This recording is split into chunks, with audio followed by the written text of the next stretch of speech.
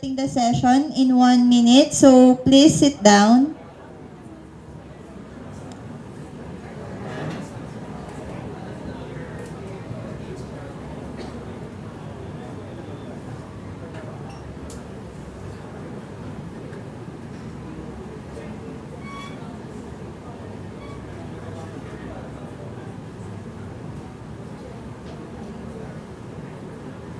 Okay, so our session entitled Exploring Best Philippine Reads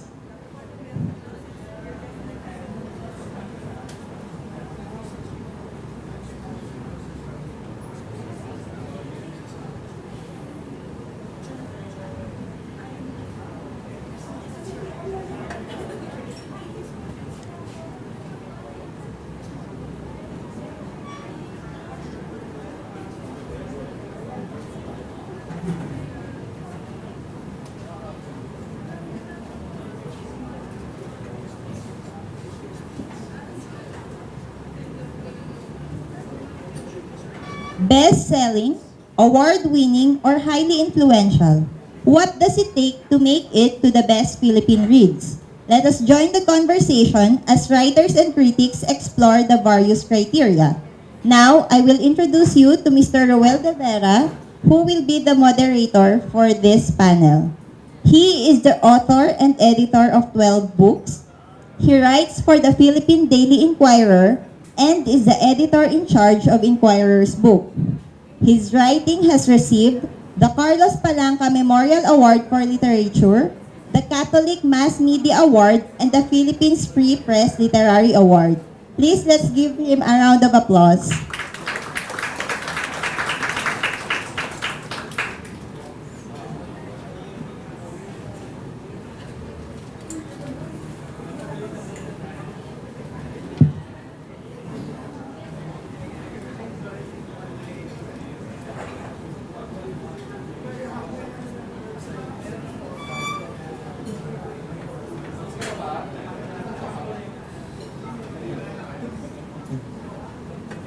Good afternoon, everybody. Welcome to the 10th Philippine International Literary Festival. My name is Ruel de Vera. I will be your moderator for this afternoon's panel, which is looking for the best Philippine reads. We have a wonderful panel with us today.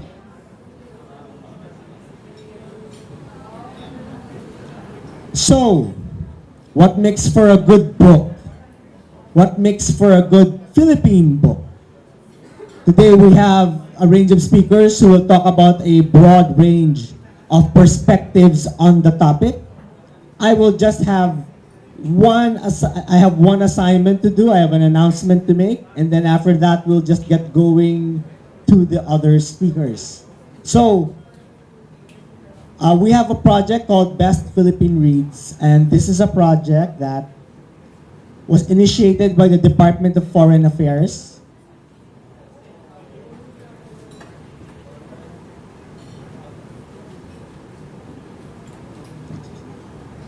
Next.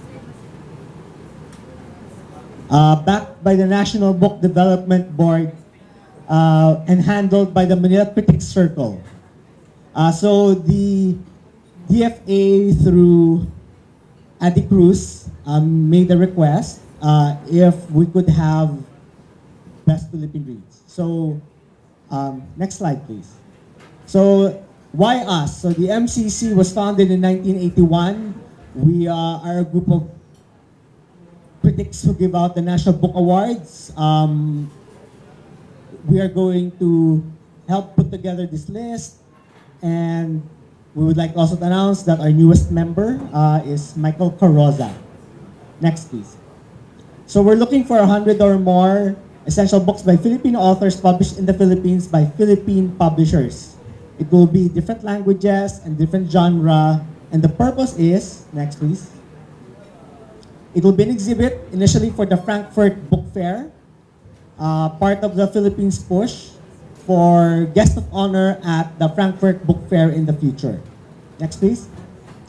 It will eventually be housed in the DFA Central Rizal. So the DFA has the Central Rizals in different embassies around the world. And the hope is that the complete collection will be represented in each one. Among the pool of choices will be the previous winners of the National Book Awards. But these are not automatic, and these are just the starting points. Obviously, there are great books that predate the 1981 date. So we will look at everything. This is very much the first time that we're discussing the project. This is the beginning of what we hope will be an intense and open search, and we are very open to suggestions and participation. Next slide, please. We'll be reaching out and working with various educational, literary, and publishing institutions. There is no perfect list, but we hope for a representative selection. So, let me just talk briefly about the National Book Awards. So, since 1981, the MCC has been giving the National Book Awards. Since 2008, we have tied up with the NBDB. So, we award books given in the previous year. It is heavily organized and requires a broad range of requirements. It very much is a mainstream award, which requires several requirements that we admit are not fully accessible to all published books at this point. We are trying to make them as inclusive as possible. So starting this year, for example, we have dropped one of the previous requirements, which is the ISBN. So previously, you need to have an ISBN to be considered for the awards. And starting this year's, which means last year, we're dropping that requirement in an attempt to make the books, more books eligible for the awards. It's the start of a process that we wish would make more books published in the Philippines represented in the National Book Awards. However, we still believe that this is one of the best forms of recognition for books published in the Philippines at this point. Telling people that these are the best books published in any given year is always going to be a political discussion, because a lot of people have different ideas about what represents a Philippine book, what represents a good Philippine book. And we continue to try to refine that discussion. We continue to try to listen to all of the things that are said out there. I think one of the weirdest things that happens is we read a lot of books during the year. And when we read a lot of books during the year, you get a feel for just how much is being published out there. And I think we wish that more people would read the new Philippine published books. But it's really a struggle at times, especially for some of the literary titles. And I think some of the non-fiction, like the science titles, these books are great books, which are very hard to push to a mainstream audience. The MCC as a group, we have a very diverse group. We have Dean, who loves spec fic. Shirley also loves spec fic. Michael Corosa loves translation. Virgilio Armario, of course, our national artist, is a champion of Filipino languages. But when we get together for the awards, we really try to kind of even each other out. And the discussions can be very, very tense sometimes, because we understand what the recognition means. We do think, however, that our years in the National Book Awards really show us that the Filipino continues to be engaged in the act of reading. Many people often say that the younger Filipinos, they don't read. Yes, they do. Maybe they can read more. Maybe they can read better. But we love the engagement, and we love the wide variety of interests that they've shown. Filipino readers continue to grow, and we understand that their tastes will also evolve, and we're trying to keep up with that. But I am very happy to note that there's a lot. One of the things that we've always wanted is for there to be a broad range of devices to recognize the broad range of Filipino books. And I think you're going to hear a lot about that today. And we're very happy to be able to be part of the discussion. Although we always will say we're our only part of the greater discussion. And we would really love to hear more. And today, we have people who can really talk about that. So, let's get to them, because I really want to hear what they have to say today.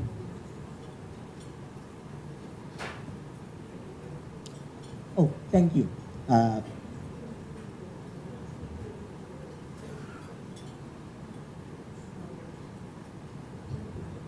So our first speaker, there are three of them.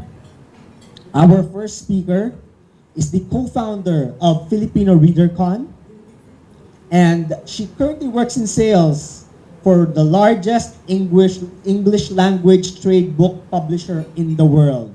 She's also one of the biggest book nerds in the Philippines.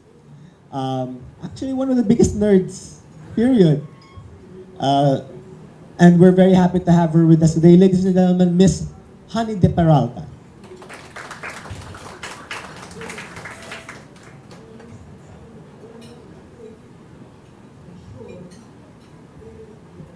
Thank you, Rui. I'm not that big a nerd. I don't play Dungeons and Dragons. Okay. So good afternoon. Thank you again for having me here. I apologize if you've heard me talk yesterday.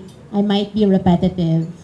But yeah, so I'm Honey, and I'm glad that Rui had that whole preface about like different perspectives and looking at like different ways of exploring the best Philippine reads. I listened to the introduction earlier. It said, I think it said that writers and critics, and I was thinking, I'm not a writer. Am I a critic here? I don't really know if I'm a critic, but actually, I'm here in the capacity of a reader, someone who has been advocating reading for years, and I am going to talk specifically about one of the initiatives that we were privileged to launch, which was called the Filipino Readers' Choice Awards. Have any of you here heard of the Filipino Readers' Choice Awards? Yeah, a few. Okay, thank you. It ran for a few years, kind of died a natural death. I'll explain why, but I do want to like harken back to those days when we started it and explain why we started it and where we got with the Filipino Readers' Choice Awards. So, in 2011, a group of Filipino book bloggers, I used to be an active Filipino book blogger, and I'm also a book club member. So, any of you here bloggers, book bloggers? No? Book club members? Any book club members here? Yeah? Okay, great. So, there are a lot of Filipino book clubs actually, online and offline. So I was a member of a book club, or I still am rather, a member of a book club called Flipping Pages. It's been around for 12 years. It meets every month. It met online on a website called Shalfari. So 2010, I think, was the first PILF. Before that, in 2009, there was a Future of the Book conference. My fellow bloggers and I would attend, but I was also working with publishing then. And we looked at it and we said, hey, how come there aren't that many panels about readers or for readers? Like a lot of the literary festivals that we went to, the audience then was mostly publishers, writers, teachers. But if you're talking about literature and you want to talk about books and you want to encourage readership, and we were also thinking of similar festivals around the world, we were thinking that maybe there should be a panel on readers. So we actually came up with the Filipino Readercon. We launched it in 2011. This was a completely volunteer-driven event. The objective was to get book clubs and book bloggers and every kind of Filipino reader together to celebrate readers. So we launched at 2011, and this is the first one. We filled like one room in SMX. And it's pretty successful. But the following year, this is the Readercon throughout the years 2012, 2015. But 2012, we became more ambitious. We figured, hey, that's great. We had like a good feedback from the first Filipino Readercon. Book clubs and book bloggers came. And then we said, but how much of a voice do readers have? So we have these book awards, the National Book Awards. We have the Palanca Awards. I'm sorry. One of our questions was, have you read a National Book Award winning title? That was a question that we asked ourselves then. We asked ourselves, do you even know what the National Book Award winning titles are? And then we asked ourselves, because we were all voracious readers, but what are the books that you read? What are your favorite books? I'm sorry, what are your favorite books? Like, shout out. What is the book that you enjoyed reading the most? I know it's a difficult question when you're put on the spot, right? But maybe like some of you can like yell out an answer. Little Prince, okay, sorry? Para kay B, okay. So, yun.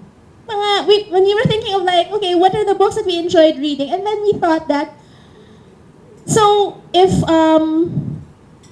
we didn't really know what books won the National Book Award or the Palanca Award-winning stories, but we do know what books we read, maybe it's good, not to replace anything, but to also give readers a voice by coming up with the Filipino Readers' Choice Awards. This is like an award to celebrate what readers really like reading or love reading. So, we started it. We put it up. The first run was 2012. That was the initial logo. And then 2013, design company Studio Dialogo designed the logo for us. And we ran it. This is the first Filipino Readers' Choice Awards, 2012. It was held during the 2012 Readercon. You see there, Bebang C. She won. I think that was the first time she won. She was so excited. And then these are the other winners from Adarna. And when I say talagang we ran it, and it's all volunteer-driven, that means absolutely no money. As you can see there, the award, wala ngang trophy. Ano lang siya, certificate lang siya, and then it was nice, nicely framed. But we discovered that writers and publishers were pretty excited to get the award. We were very excited to give it then. So we ran that. And how did we do it? So it was an initiative of a very informal, scrappy group called the Filipino Book Bloggers then. And the objective was, we just wanted to engage Filipino readers to share what their beloved books were. And these were Filipino publications, published the year before. So we initially had 7 categories. And then I think we expanded it to 13 or 14 categories after a couple of years, but initially there were 7 categories. And how did we do it? We figured, okay, if we want readers to have a voice, therefore, there is an element of public voting, which we know it's going to be a popularity vote. But from our perspective, that's okay, right? You want to get the reader's voice, the readers will tell you what they like, which is likely what's popular. So, before the public voting pala, we had nominations. And our nominations process was, we would ask both publishers and readers to nominate their titles according to a category. So there was a nominations period, and after the nominations period, there was public voting and panel judging. I think I have a few slides here. This is from our website, the Filipino Readercon website. This just announces the categories. These were the initial categories we had, and an explanation of what those categories were. We had to explain the categories so that the people would know what to nominate. And Yeah, so there was fiction. We tried to be more inclusive. So we could only do English or Filipino because we didn't have enough judges yet for the other languages. But that was our dream at some point that we could do other languages. But we started small. It's working. No. So as I mentioned, nominations. So we actually contacted publishers. We told them, hey, we are running the Filipino Readers' Choice Awards. Can you give us a list of titles that you published the year before for these categories, if you want them nominated in that award? After the publishers gave their lists, then we opened it up to public voting because it's possible that a publisher did not give a list. Or it's possible a publisher, it's rare, pero baka may nakalimutan. And then a reader thought that, hey, this book deserves to be in the list. So we would gather the nominations. Usually, I think it would run for 2 weeks to a month. And then after we had the list of nominees, then we would start an online ballot. And we would run the online ballot, I can't remember if we used SurveyMonkey or Survey Gizmo. We used Survey Gizmo. So we would run an online ballot and we would put all of the nominees there and then we would open it up to public voting. And the public voting was fun because we would look at how the numbers would climb every day. Hey, 5,000 votes the first day. Hey, 10,000 votes the second day. I think the biggest number of, the year where we had the most number of votes was 2015 with 100,000 votes. Of course, there were little things that we had to fix. Like, okay, our rule for voting was it had to be identified by email and IP address. Now, yes, you can sort of like work your way around that. But, you know, with the limited money and resources we had, we figured, again, let's just go with email and IP address. So, there was a public voting. And then, what we did was, at the end of the public voting, the top 3 titles, those would become the finalists. Okay? We wanted to add another phase of panel judging because we didn't want it to be a purely popularity vote. You know, so that there's still an element that, okay, these are the top 3 most popular, but still a panel of, okay, who are the judges? They were not necessarily writers. There might be a writer there, but since this is a reader's choice, we got readers. We got book bloggers, we got teachers, we got book club members, because this was what we were trying to communicate, that readers should have a voice in choosing the best books. So the panel read the 3 books. We would get some publishers to send us copies, or sometimes we would buy it ourselves. And then we would announce the winner during the Filipino Readercon. So ito po yung first year, ay nga, sila Bebang. Nung second year, medyo nagkapera na kami, care of NBDB who supported us. Thank you po we were able to print out trophies, you know, our very humble trophy. And I just want to stress, no one here earned any money. No one here was paid. We spent an enormous amount of time doing this just because people wanted to. And the winners weren't paid. There was no monetary award. There was like this nice trophy, but it's not like, you know, like a, you know, it's not a sculpture, it's not made out of wood, it's not anything. But I mentioned that people were excited, and even the publishers were excited because our logo was actually placed on the covers of the books. So that was a nice thing that we thought. So we did that 2012. It wasn't as big then. And then 2013, it became a little bit bigger. As you can see here, this is Ronald Verzo. Bebang C earlier was saying that, you know, I think they won for Lita, which was the best poetry book that was judged that year. This is Best Romance. I think this children's book, that's Fran Ong from Tahanan. 2014, medyo mas malaki na because we actually partnered with NBDB for the PILF. We were the 3rd day of the PILF, and the Reader's Choice ceremony was held during that day. And by that time, there was really excitement among the publishers and the authors. So these are some screenshots of what some publishers would do. For the voting phase, you will see that people were really promoting it. They would post on their social media pages, vote for blah, blah, blah, for this category in the Filipino Readers' Choice Awards. And then, Buko isn't around anymore, but Buko did a promotion also for the nominees of the Filipino Reader's Choice Awards. So it's not just, at the end where they wanted to put the logo of FRCA on the covers of the books. The whole process, there was a lot of excitement. We tried to do a summary. We actually have a primer of the FRCA. This is how it grew. So this is until 2014. We added the 6 categories nga. We added 13 categories in 2014. But 2015, we had 100,000 respondents. And then, these are the winners at least up until 2014. One of the nice responses I got was, there were a couple of librarians who came to me and said that, hey, they were going to feature the winners of the Reader's Choice Awards in their libraries. And I said, that's pretty cool.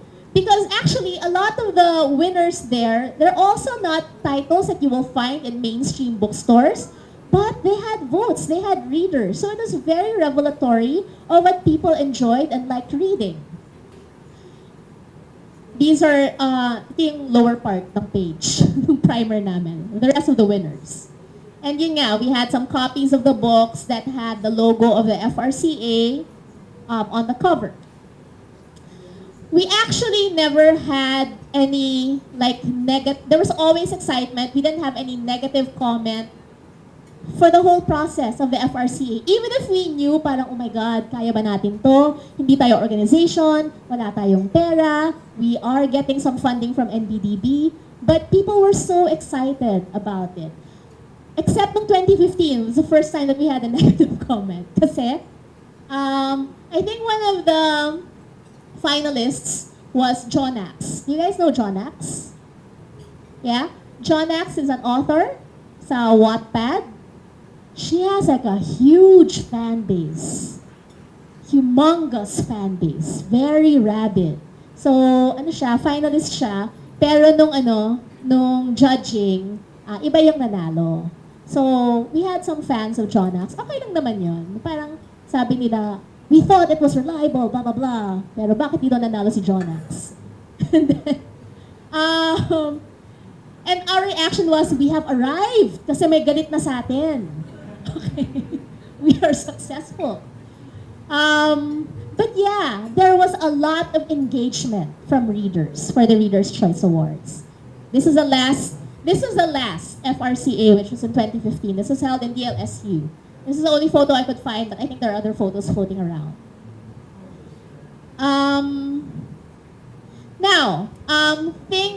Why did it end in 2015?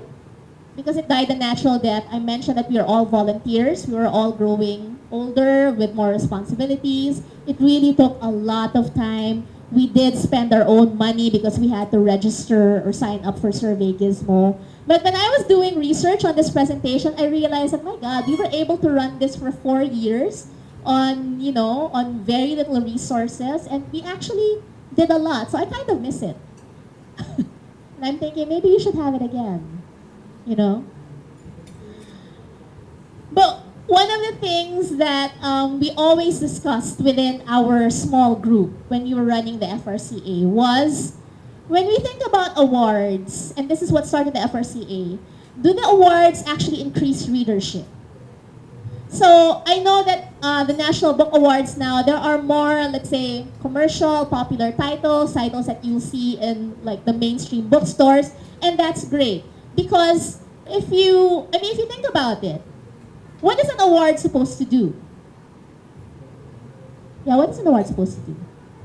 I know it's supposed to encourage writers, also give them, let's say, some prize money to help them write some more. But in a lot of other countries, awards, you'll see that the nominees of the awards, they get a bump in readership. They get a bump in sales. Right? when the Booker Committee launches the long list or the short list of the Booker Prize titles or Booker Prize nominees, there's always a bump in sales of all of those titles. So, does that happen with us? Is it something that we want to happen with us? And do we even measure it? I remember before, I think, 2014 I asked, is there any kind of record that measures whether award winners actually receive an increase in readership or a bump in sales? An increase in sales. I think back then there was none. I don't know if there is now. But seeing as, this whole session, this whole Lit Fest, it's Team Gunita, memory. I like memory. Personally though, what I like better is records. Records. And I know that, a lot of people who research about, book data in the past, there aren't that many records, but maybe that's something that we could think about and look into. Especially when we're thinking of like the best Philippine Reads, because if there's an award, or if it's deemed like, an important read, one of the questions that I think was asked in this session was, what is the criteria? I really don't know what the criteria is for a best Philippine read. But I would think that maybe it would be worthwhile to see, is it being read? And who reads it? And how many people have read it? So, I'm adding these last few slides here because this is actually a dream. I did not know that Ruel and NBDB and the NCCA had this project. I'm very glad to hear that there is that project because one of the things that I wanted to mention was to reference the Big Read. You're familiar with the BBC Big Read? I think this was run in 2004. This is what I dreamed we could have. The Big Read. So BBC ran a national survey in the UK in 2004 asking people for their favorite English read. So these are UK titles because it's the BBC Big Read of the UK. I forget how long they ran that for, and then they came up with a list of 100 titles for the BBC Big Read. But they asked people. They asked readers. There's also the Great American Read, which I think is also run by a media company or was initiated by a media company. They did the same thing. They did a survey. They used u.gov or YouGov, and then they ran a survey which was statistically, solid. And they asked for, okay, time's up. Yeah, I have one more slide. They asked for what the Americans' favorite reads were. And then after a period of time, they came up with the Great American Read, 100 titles. And these are American books. And again, they asked readers. So that's what I'm dreaming of. Oh my God. Oh, my bad. Okay. These are just this is my wish list. Nothing really to do with you. This is just notes for myself. Yeah.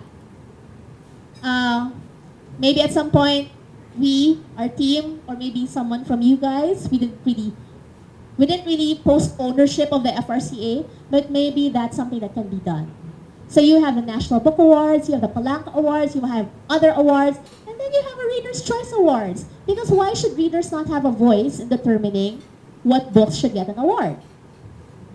And then, this is already being done by the NCCA and the NBDB, the Great Philippine Reads. That was just my name, but they have they've already named it. But I think this is something very nice. And hopefully, there will be feedback from readers who will tell us, what do you read? What are your favorite books? Maybe those are the ones that should be included in the Great Philippine Reads. And that's it. Oh, sorry, one final thing. Apropos of nothing, I'm hoping that this is going to be a Great Philippine Read at some point. I believe everything is political. So if you've seen my talks before, I'm just going to plug this. This is a great read, to be honest. A very beautiful book. It is a YA title that is coming out next week. It is called Patron Saints of Nothing. It is young adult, but it touches on the Philippine drug war. Very, very nice. Please look for it. You might not find it at all bookstores. You will find it in a couple of bookstores. Better ask them. And then buy it and read it. It is very beautiful. If you're teaching in a school, I would recommend that you recommend it to your students. That's it. Okay.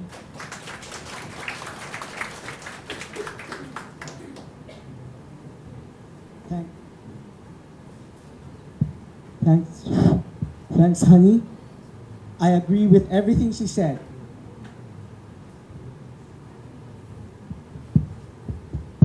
There. Thanks, honey. I agree with everything she said, and that book is really good. All right. So our next speaker currently teaches pantikan at pagsulat sa Ateneo de Manila University. He's the author of 10 books of poems. He has won the National Book Award and the Philippines Free Press Literary Award. His book, Autopsiya ng Autopsiya ng Aking Kamatayan, will be published later this year by De La Salle University Publishing House. Ladies and gentlemen, Dr. Allan Popa.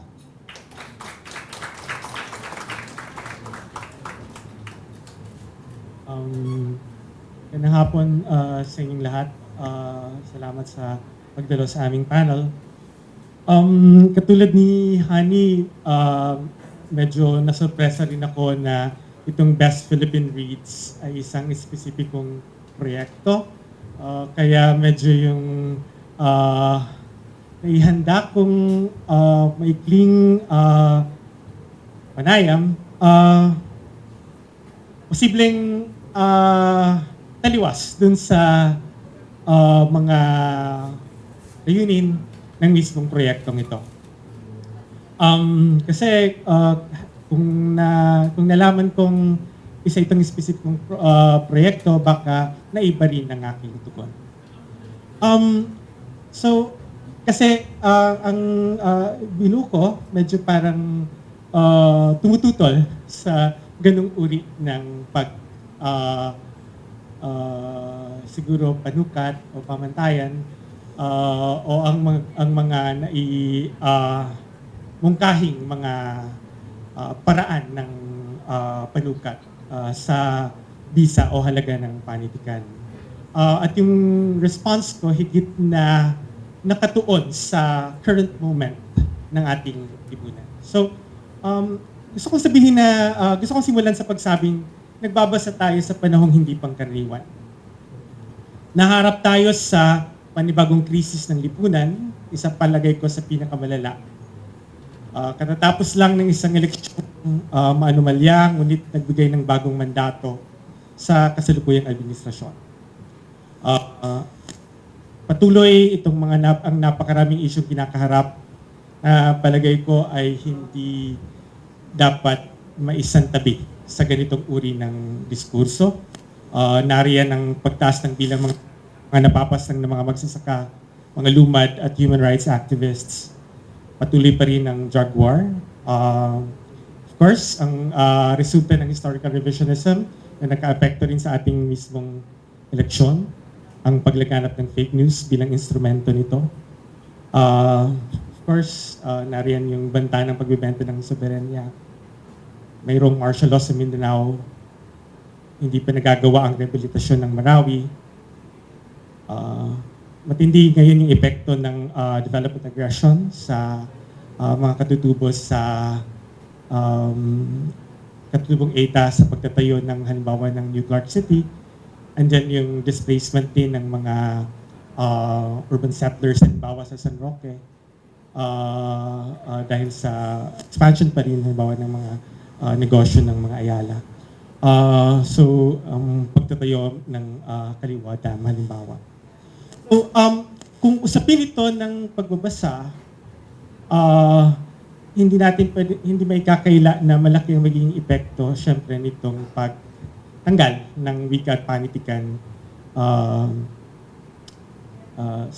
o pagkatik mismo ng Korte Suprema sa parang ginawang patakaran ng CHED na kumbaga ibibigay na sa mga universidad ang pasya kung pananatilihin o hindi ang panitikan at Filipinos sa mga universidad. So, palagay ko, hindi maaring ang mga pamantayan sa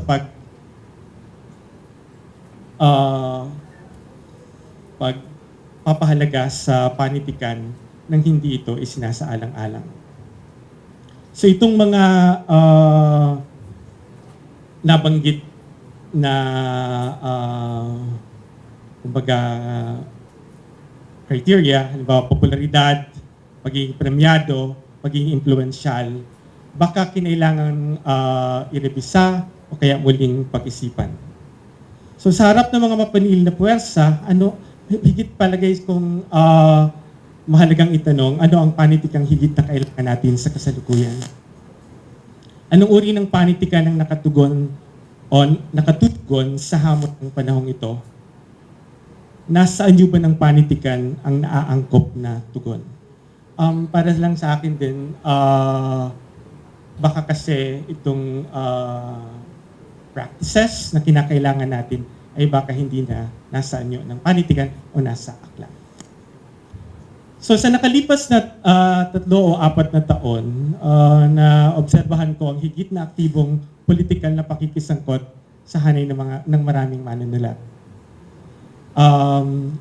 Nagiging involved sila sa mga gawaing tumatangging sumailalim sa nakasanayang kalakaran, kaya tumatanggi ring masukat ayon sa ganitong mga pamantayan.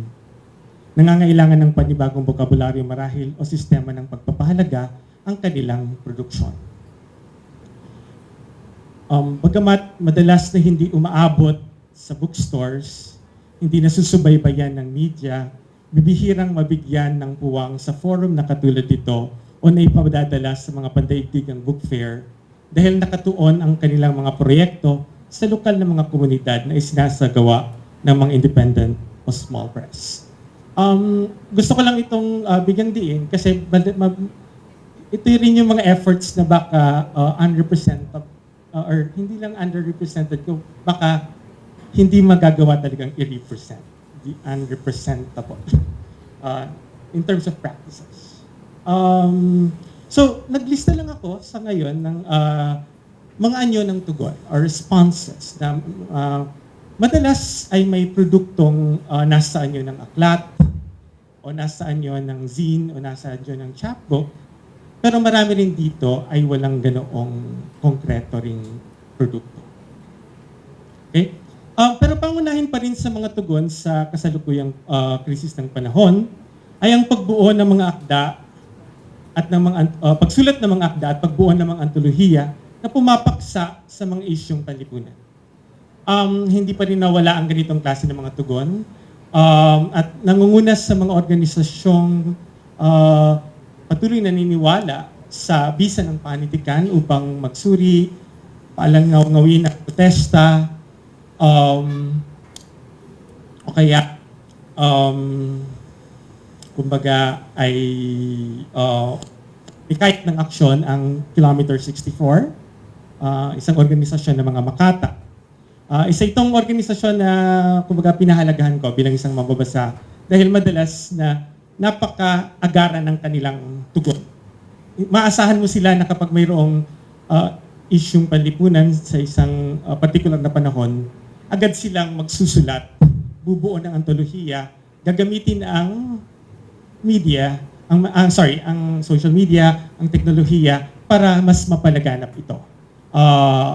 Nung nagkaroon ng parang banta ng jeepney phase out, na-activate nila agad ang maraming poets upang magsulat ng mga tula tungkol dito at naipakalat nila sa iba't ibang platform.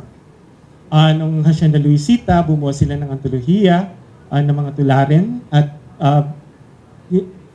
ginawa bilang isang PDF or binuo bilang isang PDF na madali ring naipalaganap. So, at nagdaraos sila regularly ng events, halimbawa sa conspiracy, tumutula sa mga rally, at sila rin ay nakikipamuhay sa napakaraming mga komunidad. Gusto ko rin pahalagaan halimbawa ang pagbubuo ng antolohiya ng grupong Resback na kumbaga tumugon sa problema ng drug war, lalo na sa mga yang naiwan ng mga biktima nito. At isa sa mga binuo talaga nila ay kumbaga anthologies ng mga tulang laban dito. Gayun din, gusto kong pahalagahan itong puyat na binuo ni Neil Daza bilang kolaborasyon ng mga food courts at mga makata. Mahalaga na nagkakaroon ng ganitong uri ng kolaborasyon ang mga iba't ibang artists, lalo na dahil itong photojournalists ang isa sa mga nauna sila yung mga nauna sa scene ng EJ case. Nakukuhaan nila ng larawan at naging mahalaga ang role nila sa pagmulat sa maraming tao sa kumbaga tindi ng epekto nitong drug war. Andyan yung mabilisang nabuong unrest in peace nung burial ni Marcos sa libingan ng mga bayani. Almost overnight lang nabuo ang anthology at ipinabahagi dun sa rally sa Luneta. Andyan ang mga antologiyang binubuo ng Gantala Press. Halimbawa, ang booth ay nasa labas na tumugon halimbawa dun sa Marawi crisis at sa mga naapektuhan nitong mga Maranao. Andyan ang efforts halimbawa ng Saka, nitong recent na Canlaon Massacre ng 14 na magsasaka at na-activate ang napakaraming ang mga artists, mga komikero na kumbaga gumawa ng work na batay sa mga accounts ng mismong mga survivors. So, mapapansin natin sa kasalukuyan, napakaraming writers, artists ang nagko-collaborate para nga direktang tumugon sa iba't ibang issue ng lipunan. So, isa ito sa mga anyo ng tugon. Pangalawa, meron din ng mga klase ng proyekto ang mga manunulat na higit na experimental sa pamamaraan ng pagsulat o pagbuo ng akda. Halimbawa, aktibong ginagamit ng maraming writers din ngayon ang pagbubura o erasure ng mga dokumento na kontrobersyal halimbawa o nagkaroon ng malaking impact sa ating lipunan. Halimbawa, ang Magpies Press ng UPLB, meron silang isang zine na ang pamagat ay How to Make Satan Proud, a 30-day guide to breaking divine laws, na humihingi ng partisipasyon mismo ng reader, fill in the blank siya para siyang exam. At kumbaga, kung mapapansin natin, nag-explore ng napakaraming panibagong forms dahil din kailangang makaisip ng mga makabagong pamamaraan para nga mas higit na maging kritikal o mapanuli ang mga mambabasa sa nagaganap sa lipunan ngayon. Kung paano sila i-equip ng ganitong kumbaga paraan ng engagement ng mga texts. Meron ding mga proyekto posibleng collaborative at pansamantala o panandalian. Muli, gabagutin ko ang Magpies ng UPLB na madalas lilikhali ng mga akda para lang sa isang specific na event at posibleng hindi talaga nais ng akda na ito na magtagal. At posibleng limitado lang ang audience. Hindi talaga ito sinusulat upang makolekta dahil ang isa niya ay espesipiko dun sa magaganap din sa oras kung kailan ito ilulunsad.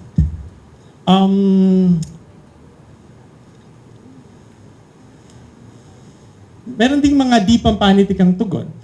Gusto kong pahalagahan. Halimbawa, itong proyektong Bungkalan ng Saka na nakabatay din sa isang aklat na published ng Sentro ng Wikang Filipino na encourage din ng urban farming.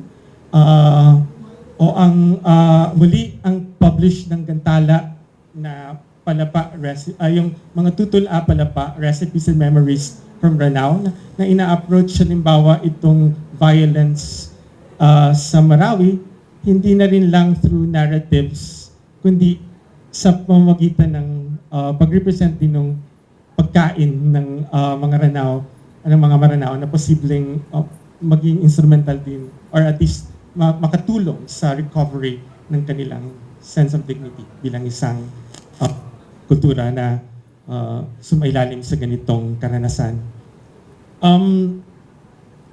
Meron ding mga projects na humahawa ng espasyo para makalikha ang mga nasasantabing sektor.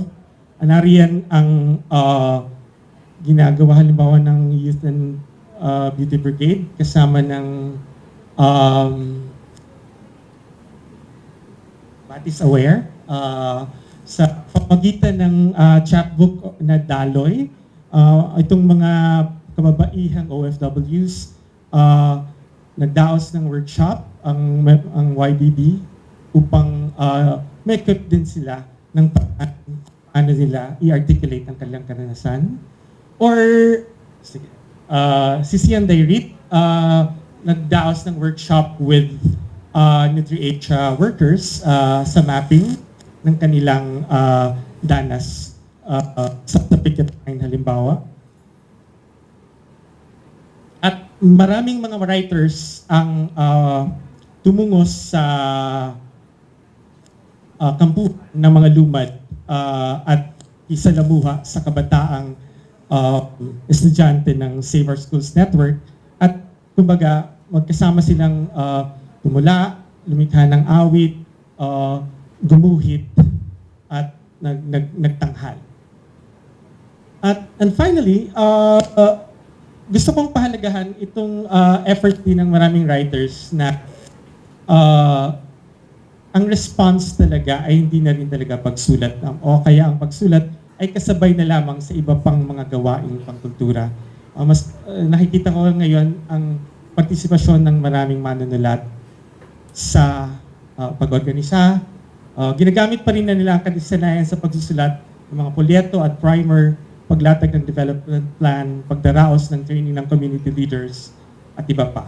Kumbaga, hindi na pampanitikan ang responses sa kanilang pakikisa.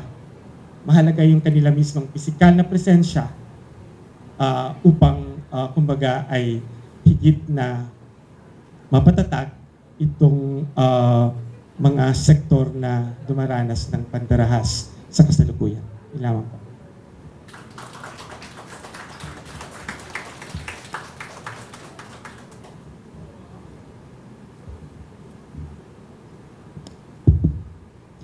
Thank you, Dr. Popa.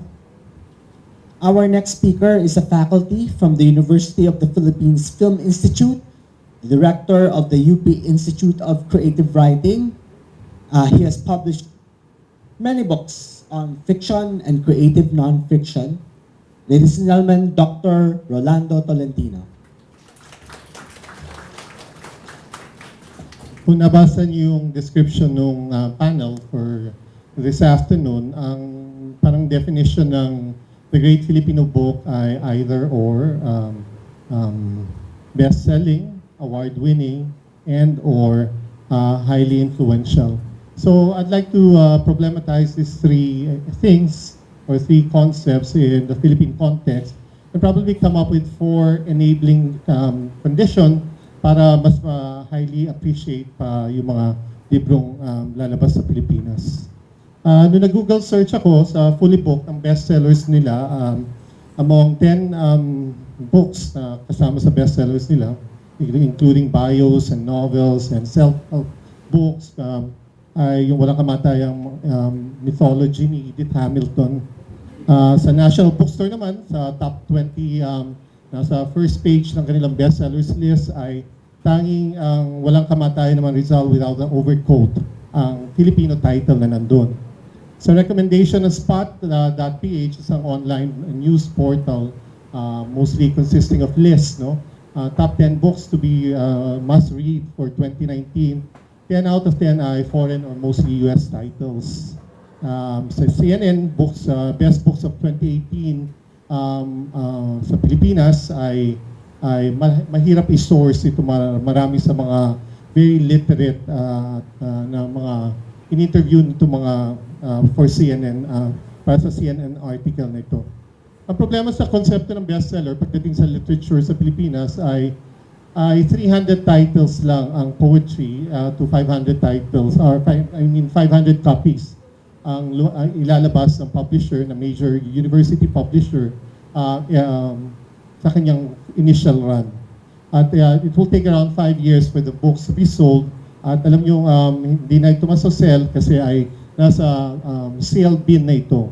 Every time may sale sa mga university presses sa kanilang anniversary month na klase. No? So ibig sabihin, problematic talaga. Probably ang pinaka-bestseller sa context natin ay mga novels ni Luwalhati Bautista, which would have run around 400,000 or even 500,000 copies at this time. No? Or Noli at Fili dahil required naman sa atin. At bakit problemado yun? Kasi sa survey on readership ng NBDB ay ang makaka-afford lang, nagsabing willing silang bumili ng libro costing 99 pesos and below ay 36% lamang ng kanilang sinurvey. At 100 to 199 ay another 36% lang ang willing, ibig sabihin ma-afford nilang makabili ng libro.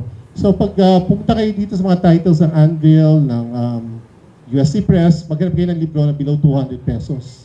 So, which means that ang perennial favorites ay dictionary, romance novels, at Bible bilang favorite books sa Pilipinas. So, on the one hand, that you're encouraging readers to read. On the other hand, yung material conditions that will allow them to read a diverse kind of materials, no, ay wala pa dito sa atin.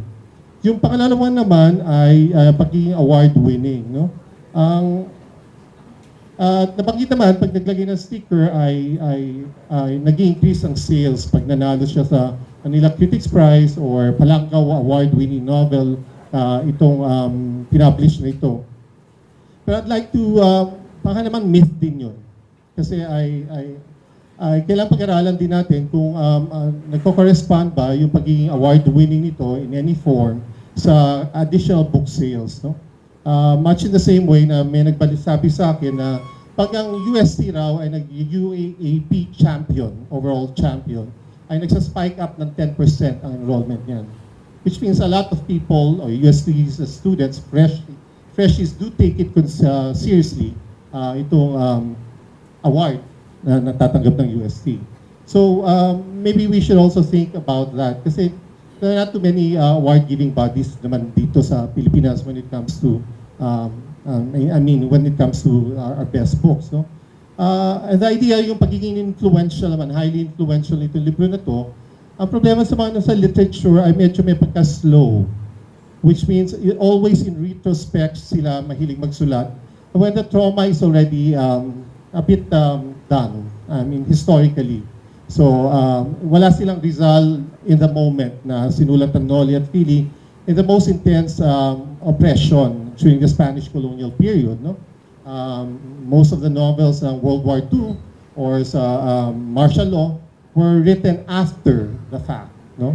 So, kailangan pag-isipan natin why are we afraid as authors or to be able to incorporate these topics. Although nabanggit naman ni Hani kanina na yung young adult novel na lalabas ay tungkol sa war on drugs, no?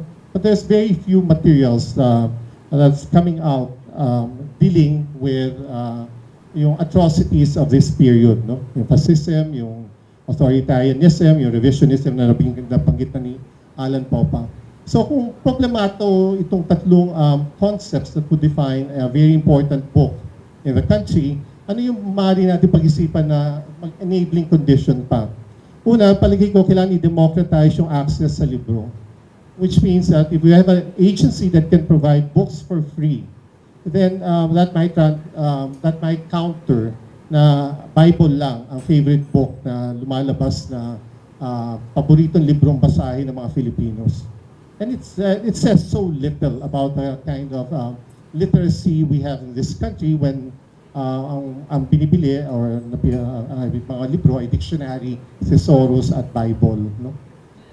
It has to be also been democratized in terms of not just prices or kung mabigay ito ng libre, kailangan din siguro yung content, which means that authors should start or should seriously contemplate of an audience.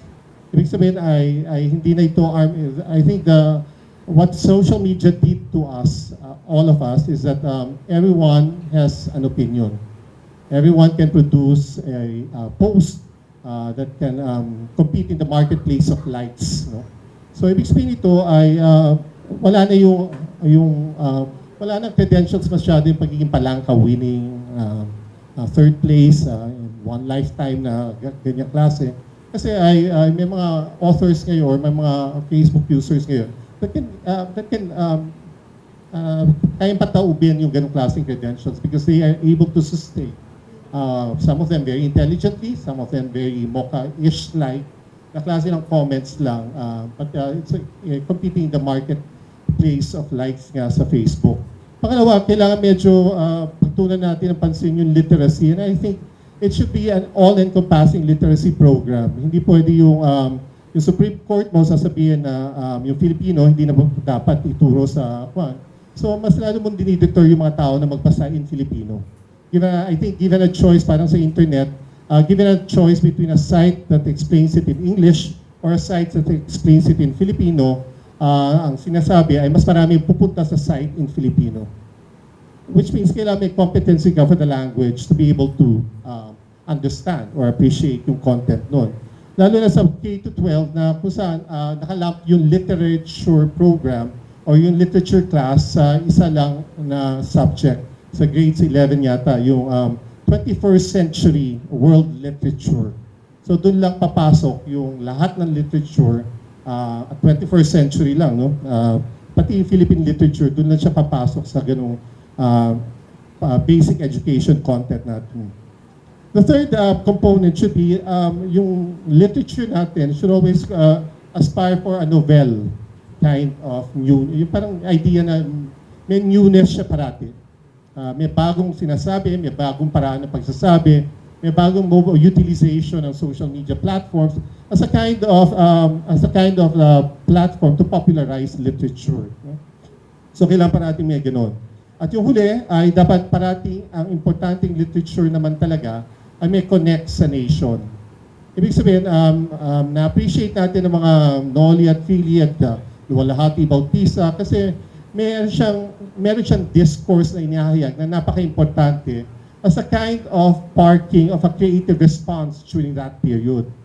Ibig sabihin ay di natin malalaman na gano'n pala nangyari sa mga Kastila sa panahon sa Pilipinas or sa martial law kung hindi natin binasa ang either history or binasa itong mga importanteng nobela na to. At ganun yung napakahalagang dapat natin pag-isipan. So, yung huling dalawa, yung pagiging novel at yung pagiging link sa nation, I think ay bahagi ng isang organic quality. Kaya nga natin sinasabi, Philippine books, Philippine literature, it is housed or it is within a routing or mooring na Philippines. So hindi siya pwedeng, mas kinakausap niya yung ibang mga tao, mga banyaga or the UN readers, nag-aspire for a global leadership, especially pag nagsusulat tayo sa English. But when in fact ay nag-aspire naman talaga siya, nakausapin pa ang mas maraming mamamayan natin sa napaka-importanting issue na dinadanas natin lahat. So yun lamang at maraming salamat. Thank you, Dr. Tolentino. I have a question for our panelists today. Might sound a little bit like a slum book question, pero sobrang curious ako.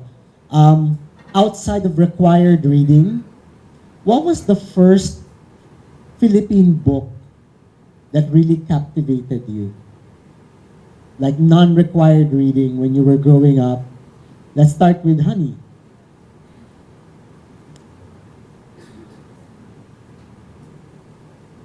Zuma. remember yung Zuma comics nung 1980s? Sorry. So yung mga ka-age ko, around 1980s, allowed ba kayo magbasa ng comics? Kasi sa bahay namin, pinagbawal ako eh. Why? Because comics are not books. Right? But those were the bestsellers. Yeah?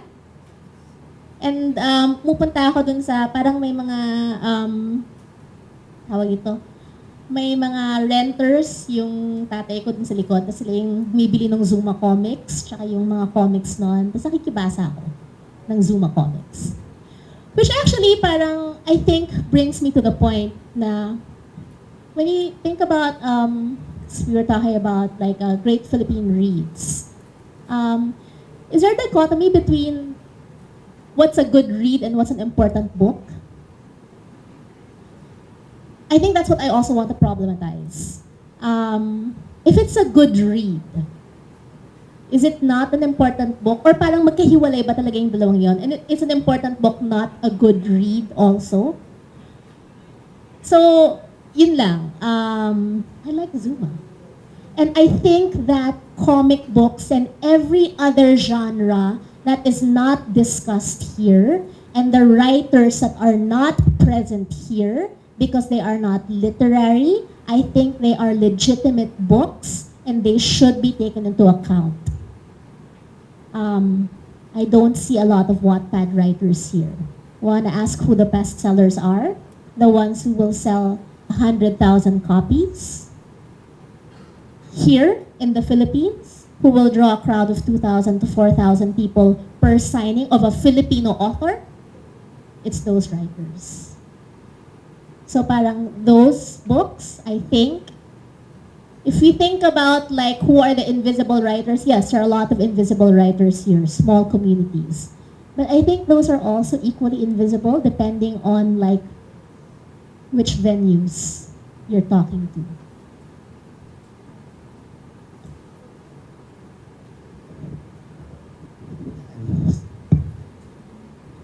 Ako, siguro yung mga kagilagilalas na pagkipagsapalaran ni Juan de la Cruz, kasi Atlacap, yung epekto nung unang nabasa ko yung libro na yun, parang yung una kong narinig yung opare ko ni Eraserhead, ng Eraserhead, sa parang, uy, pwede pala yun. Parang yung ganung kagaan, yung ganung and yet nakakayang pag-usapan yung pinakamabibigat na mga issue. Yung isa sa mga aklat na laging binabalikan, pagamat hindi ko talaga makayang na makuha talaga yung ganung klaseng mode hanggang ngayon, frustration ko, pero yun, na yung gamit ng siste and humor para pag-usapan ang napakalalaking mga issue. So yun yung napaka-influential sa akin bilang manunulat. Pero sobra ring, pero bago pa man siya nakalikha ng ganung impluensya, talagang sinakyan ko lang talaga yung kanyang drift at yung parang yung kanyang wika na napakagaan pero napakabigat ng impact na napakalakas. Gusto ko munang pick upin yung point ni Honey tungkol sa readership. No? Parang wala naman talaga, given an opportunity to be able to read, no, based on yung Wattpad algorithms. Nag-google nga ako kanina, di ba? Four Bad Boys and Me is the top Wattpad story of 2019. At hindi pa tapos ang 2019, di ba? At ang kanya readership ay 248 million. Which means that if you provide a public an opportunity to read, not just Wattpad, but other kinds of materials, then they will read. So yung sa akin naman ay Utos ang Hari sa dekada 70, kasi very accessible yung language nung at least growing up in the 80s and becoming conscious about yung politics. And it opened up a lot of doors for me to sustain my interest in Philippine literature. When I was growing up, I was in high school. My parents had a lot of books, and there was a book I picked out. It was Nora Honor and Other Profiles by Nick Joaquin. And I had never seen anything like it because I hadn't been to college yet, so I hadn't read him yet. It was an amazing book, at kung meron sa iyo may kopya ng libro na yon, utang na loob, pahiram naman.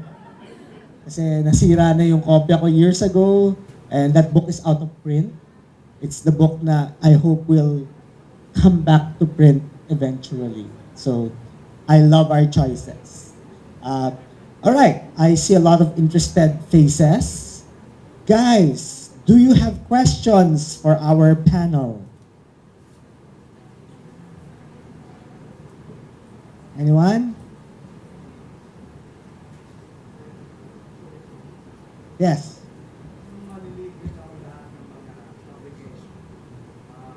Size na magne-negosyo tayo.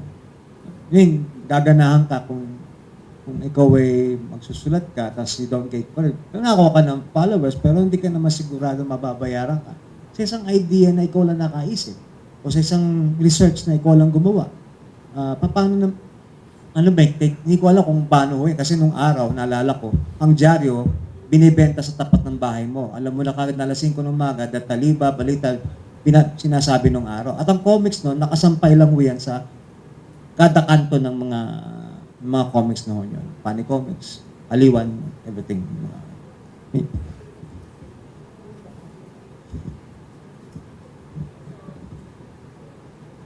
So yung tanong niyo po, kung gusto nating libre lahat ng libro, oo. Paano na yung negosyo ng publishing? Sang-ayon po ako kasi may negosyo po kami. I make my money from I make my living from books. I agree, personally. I think there's always a desire for cheap books. That's nothing, there's nothing wrong with that. You want things cheap. You want access. You want quick access. I think in several sessions, not just this session, there was a call for more libraries because especially in areas where you don't have bookstores or where people cannot buy the books, then you need the library. I just read kahapon, sabi nga, alam mo kung may library, di na kailangan ng co-working space, di ba, na magbabayad ka pa. Pwede ka na lang dun sa library, mag-aral, magtrabaho. Because that's the purpose of a library. You know, provide a space, not just to read books, but like to learn other skills. But out of respect to the writers and the publishers, we do need to make money out of books. Even if it's not, a writer's main source of income, like a lot of the writers are professors, or they might have jobs.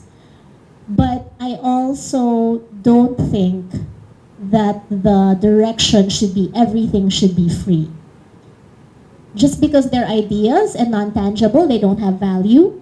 They have a lot of value to the writers. So, they should. They should be paid. I think it's also just a matter, but it's always a balancing thing. Like, what is the value? How much are people willing to pay for it? Na-mention ni Sir kanina na parang merong price point na gustong bayaran ang mga tao. And people try to work with that. But see, that's an average price point. But I think like in marketing, may mga iba't ibang klaseng tao. Siguro karamihan ito yung price point na gusto. For example, yung mga books ng Precious Pages. Nakakita na ba kayo ng signing ng mga authors ng Precious Pages? Nakita na kayo? Kita niyo yung mga bata na nakapila? Kita niyo kung ilang libro yung dala nila? Ang dami, di ba? 10, 13, mga maninipis sa libro. Tapos itong mga librong to, nakapublish siya sa Wattpad. Libre na siya. Pero bibilhin nila in print. Tapos maramihan. Di ba? So kahit na sabihin mo na, oo, ang gusto nating price point is 99 pesos or 150 pesos lang, kita mo, itong mga batang to, who are siguro mga middle class, lower middle class, or even, gagastos sila. Because apparently they also put value in the books, in the print books.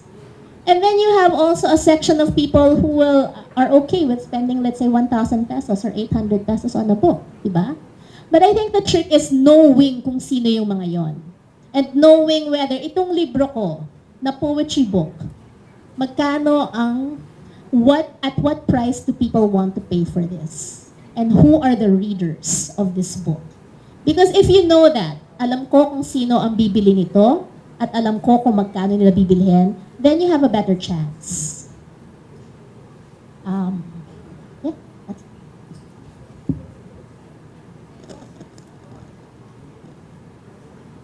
We also wanted to note lang na based on our anecdotal and our analysis, anecdotal information analysis, the Philippines is a soft market for e-books. Kung Philippine publications, hindi sila nakakannibalize by electronic versions of the same books. Sa foreign countries, issue talaga yon na kapag may available na e-book, hindi mo bibili yung mga tao nung actual book. But here, it's the opposite. People prefer the print version over the e-book. So it's a bit of a unusual case, but that is the case right now, which is why the publishers are still heavily into the physical printing, and Filipinos are heavy into the collecting and buying of the physical book. Just wanted to say. I'll also qualify that a little bit, but even internationally, even if a book is heavily pirated, it is a problem, but the print sales are still healthy. So, yeah. We love books. Okay, questions please. Yes, on the back.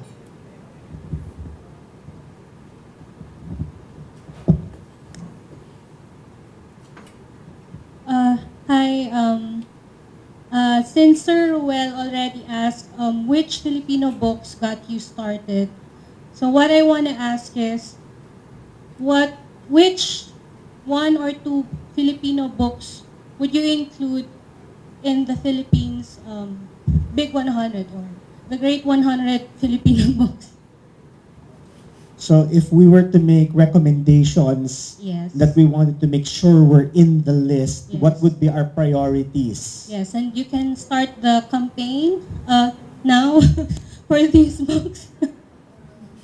Ani, you wanna start?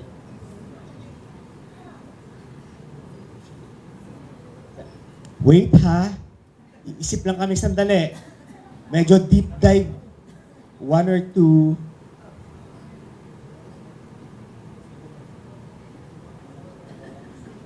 Papasahan ang mga panelista. Ang hirap naman yan, parang pag tinanong mo, what's your favorite book? Tapos parang isa lang. And then, and then wala kang maalala, di ba?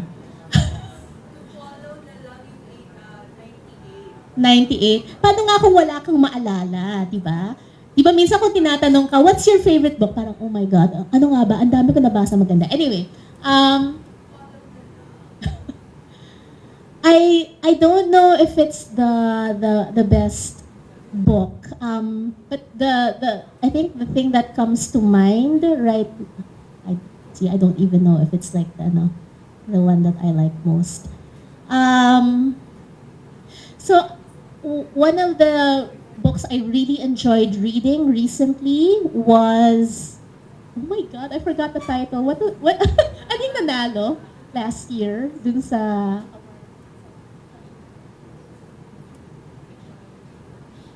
All My Lonely Islands. There you go. Okay. Sorry, there's so many. We've read so many books. We sell so many books. It's so hard to remember titles. All My Lonely Islands by VJ Campilan. I really enjoyed it. Because, yun nga like, for example, where I work, we always, when we talk about books, we will say, this is an important book, this is blah, blah, blah, this is ganon. But then, at some point, even if we talk about an important book, someone will ask us from the marketing team, how is the read? What does that mean? If you're a publisher or anyone who sells books, you will always like, you know, this is the best book, this is important, this is blah, blah, blah, you know, because we want people to believe in the book, diba? But then, a lot of the times, comes down to the read. So, kumusta yung read? Ibig sabihin, when you read it, nag-enjoy ka ba? Did you like it? Did you think it was important? And when I say enjoy, it doesn't, you know, it's not just the shallow enjoyment. In whatever level of enjoyment you have, parang you found the book very valuable. So, I enjoyed the read of All My Lonely Islands despite it winning all of those awards. Because I have heard from people that sometimes kung may award siya, hindi siya nabebenta. Why? Because there's a certain perception of awards. But this one, the read was good. I mean, it wasn't perfect, but I think it was good. I also thought that, and I'll go live for this. I also thought that it might not have been marketed to the right people. Because the front of the book is gray, the back of the book has all of the blurbs of the Palanca Award, for Palanca Award winners, but the book is for young adult people. So if you have a young adult reader of that book, I'm sorry, will a teenager care if you won the Palanca? So I think it was, you know, but it was a good read, so I would include that book. I think recently, ang important books na naalala ko quite well, yung Dead Palagtas. I think it's a fantastic contribution to a kind of reimagination or interrogation of our present predicament, mobilizing yung mga historical characters, very pop na treatment at fantastic ang illustrations. I also feel na yung maliit na libro na pinublish ng PCIJ, yung tungkol yung story ni Kian, is also an important book, at least in the last couple of years, no? Yung kay Kian ba? Fantastic illustration,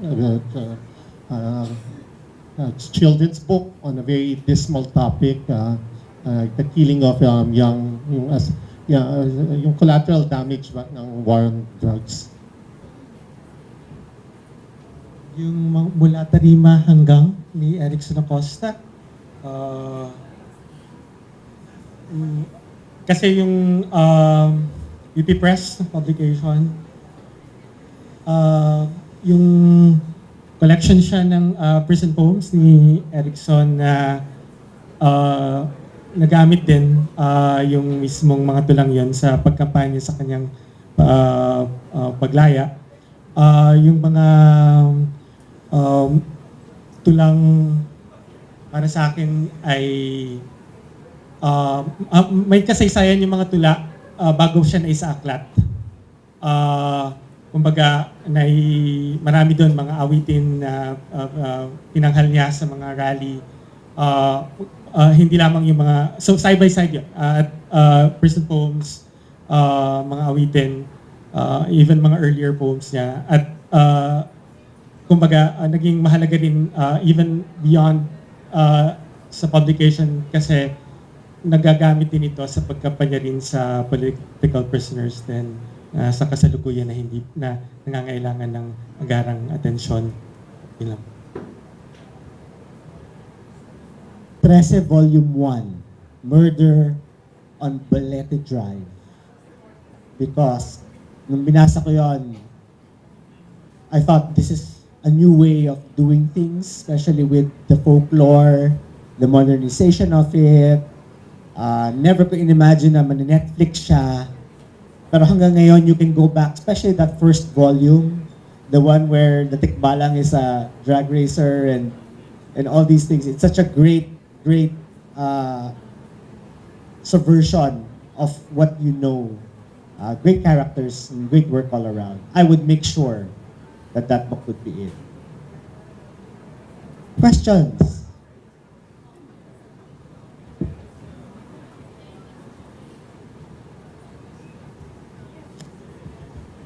Interesado ka doon sa yung mga listahan na nilalabas Tapos pagkatingnan ko siya sa bookstore, parang feeling ko merong business aspect. Kasi halos pareho naman yung may-ari nung bookstore tsaka nung publishing house. Tapos tinatanong ko rin yung mga igang ko, parang medyo na-insulto sila doon sa tanong na bakit pag tinitingnan natin yung Filipino ng mga bestsellers, karamihan ng authors tuturo. So meron bang kaugnayan yung nagtuturo ka tapos book author ka. Tapos tinignan ko rin ngayon, ang dami-dami kasi nung mga efforts na parang lumalabas na compilation ng iba't ibang authors. So lumabas yung high school. So nandun na yung karamihan ng mga authors na pinibili mo isa-isa yung libro, pero dito compilation siya. Tapos si Ferdy Pisiga na rin, magre-release din nung Aruga. So mas bumibenta ba siya kapag gano'n yung compilation? Ang dami-daming authors ng mga best-selling authors, pero nasa isang libro lang sila. Yan. Thank you.